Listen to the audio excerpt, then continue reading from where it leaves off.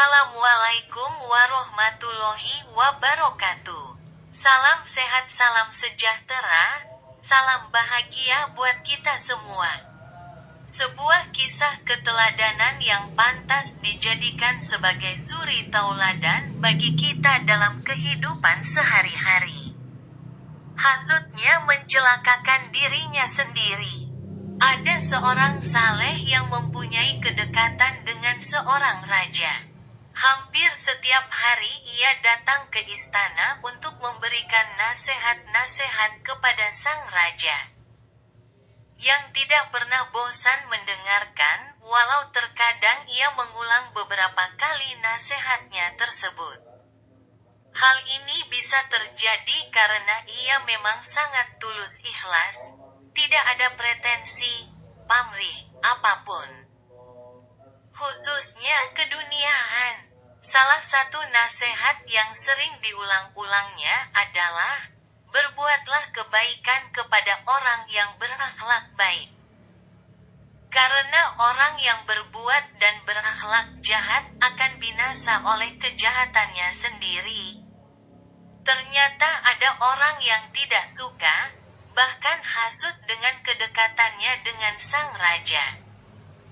Ia selalu mencari jalan bagaimana bisa memisahkan orang saleh tersebut dengan raja, bahkan kalau mungkin membinasakannya. Setelah menyusun rencana yang matang, ia datang menghadap raja dan berkata, "Wahai sang raja, sesungguhnya orang saleh yang selalu mendatangi engkau itu mengatakan kepada orang-orang di sekitarnya bahwa bau mulutmu sangat busuk. Apa benar seperti itu?" tanya sang raja.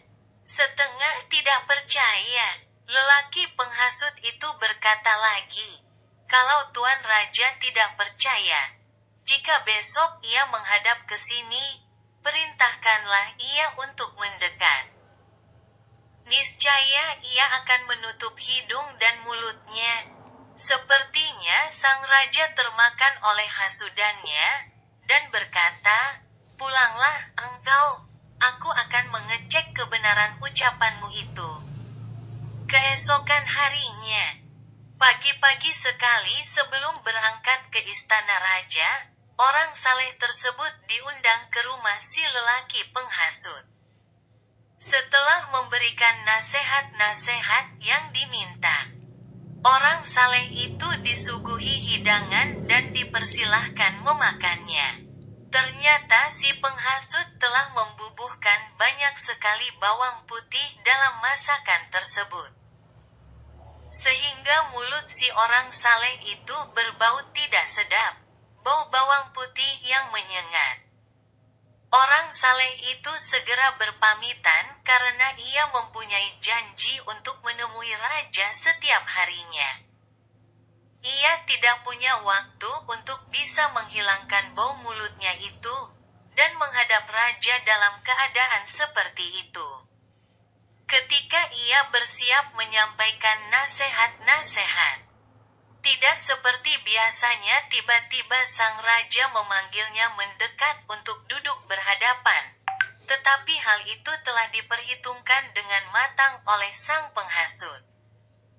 Karena takut bau mulutnya akan mengganggu sang raja, ia menutup mulutnya, bahkan sambil memberikan nasihatnya, ia tetap menutup mulutnya dengan tangannya. Melihat sikap orang saleh tersebut, raja jadi membenarkan laporan dari lelaki penghasut. Sebelum pulang, sang raja menulis surat pada salah seorang pembesarnya yang juga salah seorang algojonya.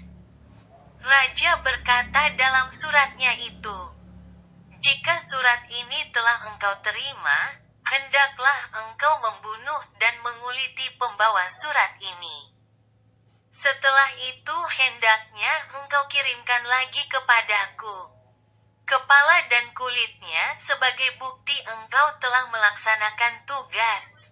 Setelah diberi amplop tertutup dan disegel dengan cap kerajaan, Surat itu diserahkan kepada orang saleh itu, dan diperintahkan untuk membawanya kepada pembesarnya di suatu tempat. Orang saleh itu menerima surat itu tanpa curiga sama sekali, dan segera berangkat menuju tempat yang diperintahkan. Lelaki penghasut yang masih terus mengikuti dan mengawasinya terkejut ketika melihat ia masih hidup. Bahkan membawa surat dengan amplop khusus dari sang raja. Orang yang memperoleh amplop seperti itu biasanya memperoleh hadiah dan pemberian yang sangat berharga dari raja. Karena memang mempunyai sifat dan watak hasut, sifat iri dan tidak senang jika orang lain mendapat kenikmatan, dan menginginkan hilangnya kenikmatan tersebut. Ia menghampiri orang saleh itu dan berkata, "Apakah surat itu?"